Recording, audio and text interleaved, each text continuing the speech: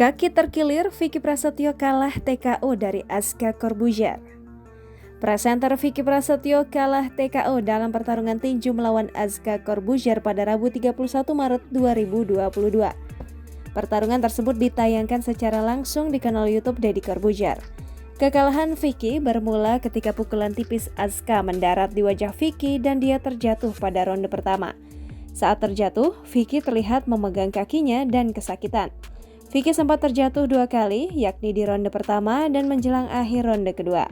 Saat water break menjelang ronde ketiga, Vicky mengeluhkan kakinya kepada timnya. Ketika diperiksa oleh tim medis, Vicky dinyatakan sudah tak bisa melanjutkan pertandingan lantaran kaki yang terkilir.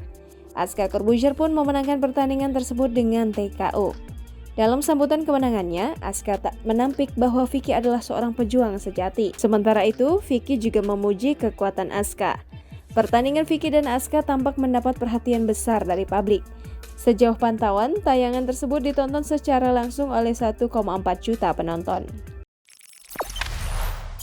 Jangan lupa subscribe, share, komen, dan like ya!